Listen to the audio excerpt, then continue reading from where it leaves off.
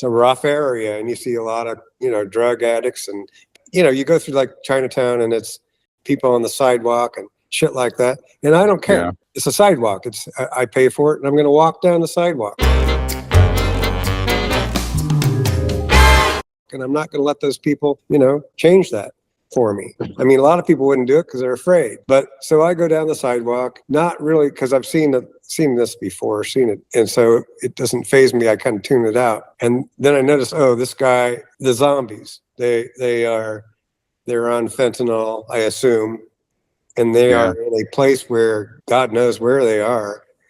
But then there's this guy, he's a black guy. I mean, that's a stereotype, but he is. And he goes, you good?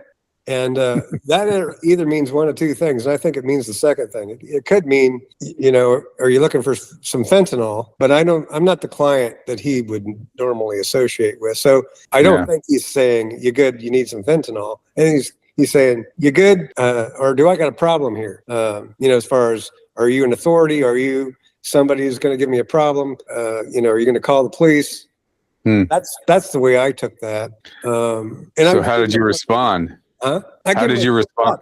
I give my thumbs up. I'm fine because I am not. It is not my job to police the streets, and I can't help these people. Did you get something up your nose? I thought I was going to sneeze. Fentanyl. So I mean, it's a small encounter, but that's one encounter. The thing I seen people, like this woman, and she was like, there's little openings in the sidewalk where trees grow through, and so, but there's like a little lip. There's like about a 2 or 3 inch lip to where the soil is, where the tree is growing. Yeah. And she's like on the very edge of that, like her toes are hanging over the edge of that. And she's reaching her hands out, and she's like trying to touch the tree. I mean, she clearly doesn't know where she's at. Wow. She has a hallucination of something. Who knows? But it's like she knows she's on the edge of a cliff. I mean, you can see that she's putting her hands out, and I mean, it's crazy. And I've seen a lot of shit like that. They are not living in this world at that moment, So did you push her off the cliff? I don't interact with them. God knows what would happen. Plus, it'd be, I mean, you have to be a pretty mean-spirited person to try to make it worse for them. Yeah. And that would make it worse, I think. Yeah. But I mean, I have seen, in fact, I got a number for these, I don't know what, they're people that their job is to go out and help these people. They're not EMTs. They're not they're not cops. They're not cops. They're just people that want to make sure these people are okay. So I've got, and I don't know where that number is now, but I got that number, and I can call them if I see something like that going on. Yeah. I don't know. They tried to implement something in Seattle where they would have, instead of calling the police to go out and like help with domestic issues, it's people that were trained in conflict resolution or whatever. I don't think it worked out. And I don't know why, if they weren't calling them or the money was mismanaged. I don't know. I think it sort of goes along with the do not fund the police thing, where we don't need police,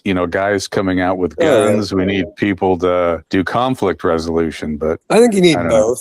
I mean, I think that they advocate for both because there are certain, you have to have police. There's just no world that exists without somebody enforcing laws. But the police like it because they don't want to deal with this. They don't want to write somebody up and throw them in jail just to know they're going to be turned back out on the street. It's a waste of their time. And it's dangerous. Yeah, I was going to say, I think domestic violence calls are pretty dangerous. Well, these are, I'm talking about street folks. So it's not domestic violence, but so, I mean, I think it's symbiotic. And I think that model does work. And, because it doesn't do any good for these people who are always going to be on drugs to have they probably already have records, but it doesn't do them any good. I mean, it doesn't fix the problem anymore to temporarily throw them in a cell than it does if they're still on the street. It doesn't change their world. It might keep them alive a little bit longer. I might have mentioned this before, but I read a book called San Francisco, and it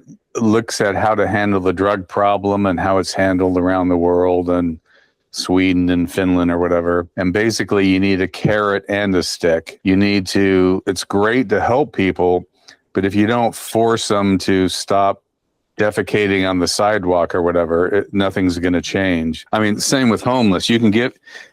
Not everybody wants to live in a nice, clean place. So you have to enforce it's like, be nice, give them a carrot, but also the stick is required. You have to enforce the rules. So that's what I took away from that book. Hate to disagree with you, but I think almost everybody wants to live in a clean place. That's not the issue. Not everybody wants to maintain it. Not every, a clean place, if it's a home of your own or whatever, they can't maybe even maintain it through financially or otherwise. Yeah.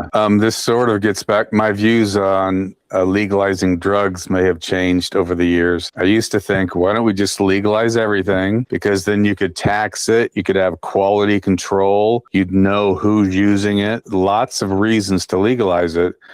But then, like with the fentanyl crisis and other things, if it's so easy to get hooked, that's a problem. You can't help yourself. So maybe we do need to restrict the use of some of those things.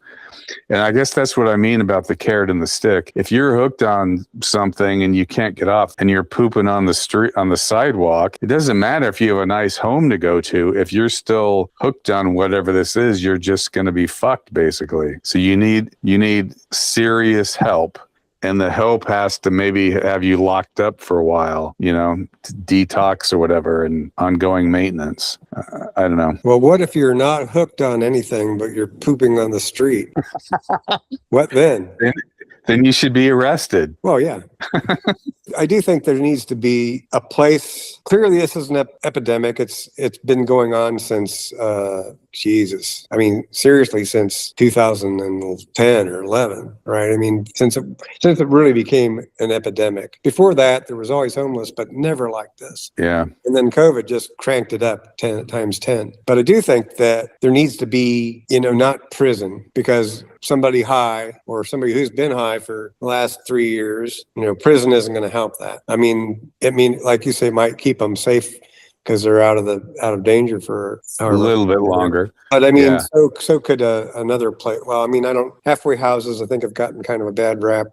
Maybe there's another. I mean, all this stuff takes funding, which is why we don't do it. But the loss of revenue for businesses probably far exceeds what would cost, to help these folks. I mean, you do see where, the criticism is, I think it was in San Francisco, and they were saying it cost $100,000 a year to help one person, get better or something like that. And it's like,